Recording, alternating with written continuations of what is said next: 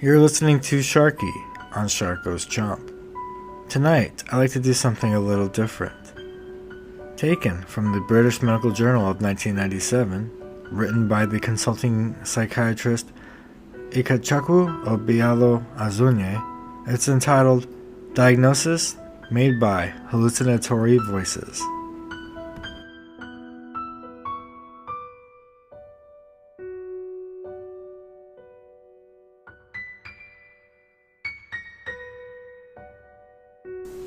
A previously healthy woman began to hear hallucinatory voices, telling her to have a brain scan for a tumor. The prediction was true, and she was operated on and had an uneventful recovery. No previous illnesses. Born in continental Europe in the mid-1940s, the patient settled in Britain in the late 1960s. After a series of jobs, she got married, started a family, and settled down to a full-time commitment as a housewife and mother. She rarely went to her general practitioner as she enjoyed good health, and she never had any hospital treatments. Her children had also been in good health. In the winter of 1984, as she was at home reading, she heard a distinct voice inside her head. The voice told her, "Please don't be afraid. I know it must be shocking for you to hear me speaking to you like this, but this is the easiest way I could think of. My friend and I used to work at the Children's Hospital, Great Ormond Street, and we would like to help you." AB had heard of the Children's Hospital, but did not know where it was and had never visited. Her children were well, so she had no reason to worry about them. This made it all more frightening for her, and the voice intervened again. "To help you see that we are sincere, we would like you to check out the following." And the voice gave her 3 separate pieces of information, which she did not possess at the time. She checked them out, and they were all true. But this did not help because she had already come to the conclusion that she had gone mad. Now, in a state of panic, she went to see her doctor, who referred her urgently to me. I saw her at the psychiatric outpatients clinic and diagnosed a functional hallucinatory psychosis. I offered general supportive counseling as well as medication with oradazine. To her great relief, the voices inside her head disappeared after a couple of weeks of treatment, and she went off on holiday. While she was abroad and still taking the oradazine, the voices returned. They told her that they wanted her to return to England immediately, and there was something wrong with her, for which she would have immediate treatment. Now this time, she was also having other beliefs of a delusional nature. She returned to London, and I saw her again at my outpatients clinic. By this time, the voices had given her an address to go to. Reluctantly, and just to reassure her that it was all in her mind, her husband took her by the car to the address in question. It was a computerized tomography department of a large London hospital. As she arrived there, the voices told her to go in and ask to have a brain scan for 2 reasons. She had a tumor in her brain, and her brainstem was inflamed. Because the voices had told her things in the past that had turned out to be true, she believed them when they said that she had a tumor, and she was in a state of great distress when I saw her the next day. Brain scan requested.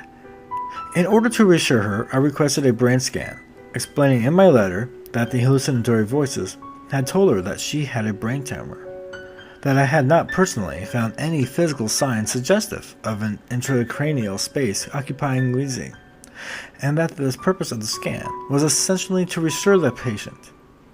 The request was initially declined on the grounds that there was no clinical justification for such an expensive investigation. It was also implied that I had gone a little overboard, believing what my patient's hallucinatory voices were telling her. Eventually, after some negotiation, the scan was done in April. The initial findings led to a repeat scan, and with enhancement, in May revealing a left posterior frontal parallelism mass, which extended through the phalanx to the right side. It had all the appearances of meningioma. The consultant neurosurgeon to whom I referred her to, noted that the absence of the headache or any other focal neurological deficits related to this mass, and discussed, with her and her husband, the pros and cons of immediate operation as against waiting for symptoms to appear. In the end, it was agreed to proceed with an immediate operation. Now, her voices had told her that they were fully in agreement with that decision. These were the notes of the operation, carried out in May of 1984. A large left frontal bone flap extending across the midline was turned following a bifrontal skin flap incision. Meningioma about 2.5 inches by 1.5 inches in size arose from the falx and extended through the right side. A small area of tumor appeared on the medical surface of the brain. The tumor was dissected out and removed completely, along with its origins in the falx. Now, A.B. later told me that when she recovered consciousness after the operation, the voices had told her, "We are pleased to have helped you. Goodbye." And there was no postoperative complications. The dosage of desmolatone was halved after every 4 days, and then it was stopped. She was on prophylactic anticonvulsant for 6 months. Antipsychotic medication was discontinued immediately after the operation, and there was no return of the hallucinatory voices or the delusions which she had expressed.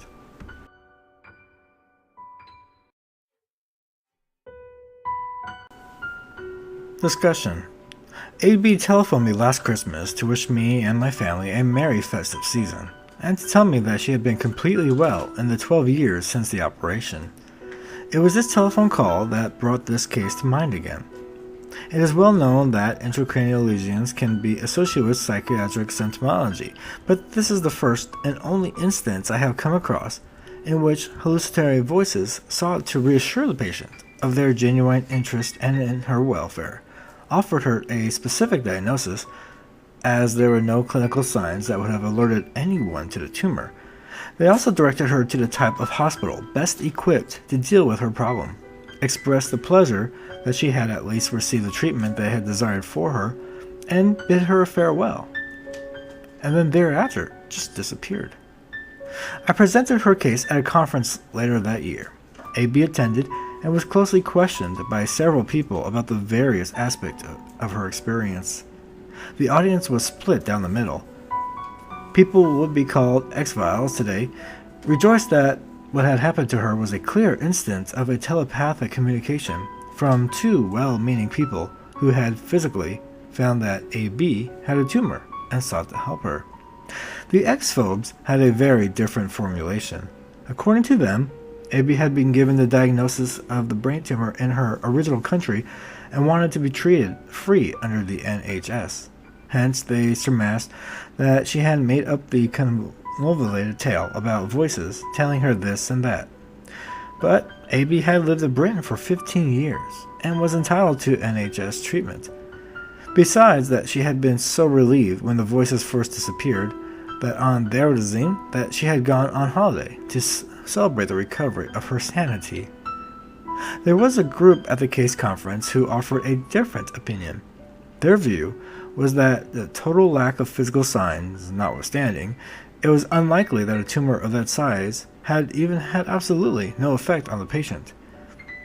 She must have felt something, they argued. They suggested that a funny feeling in her head had led her to fear that she had a brain tumor, that fear led to her experience of the hallucinatory voices.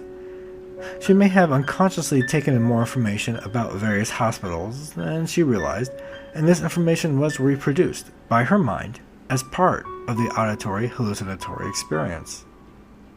The voices expressing satisfaction with the outcome of her treatment were her own mind just expressing its relief that the emergency was over, and that the total disappearance of psychiatric symptoms after the removal of the tumor showed that these symptoms were at least directly related to the presence of the lesion, and may, in fact, have been produced by the lesion itself.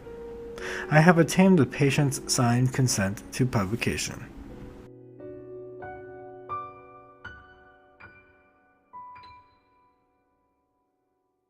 You're listening to Sharky on Sharkgoeschomp. a diagnosis made by hallucinatory voices. It's interesting, especially written from the British Medical Journal. Now, for those who believe, maybe she heard voices from the beyond, an altered dimension, or whatever you have to say in mind. And then there's the opposite end, for those who don't believe. Was it all in her head? Did she subconsciously create the voices? And maybe by the time they left, maybe it was her own mind, just relieved that it was over. I'm curious to know what you have to say, which side of the coin that you guys fall under. So please feel free to make any comments you wish. And also, please submit your own stories. Stories, the number 4, Sharky, @gmail.com. Have a good night.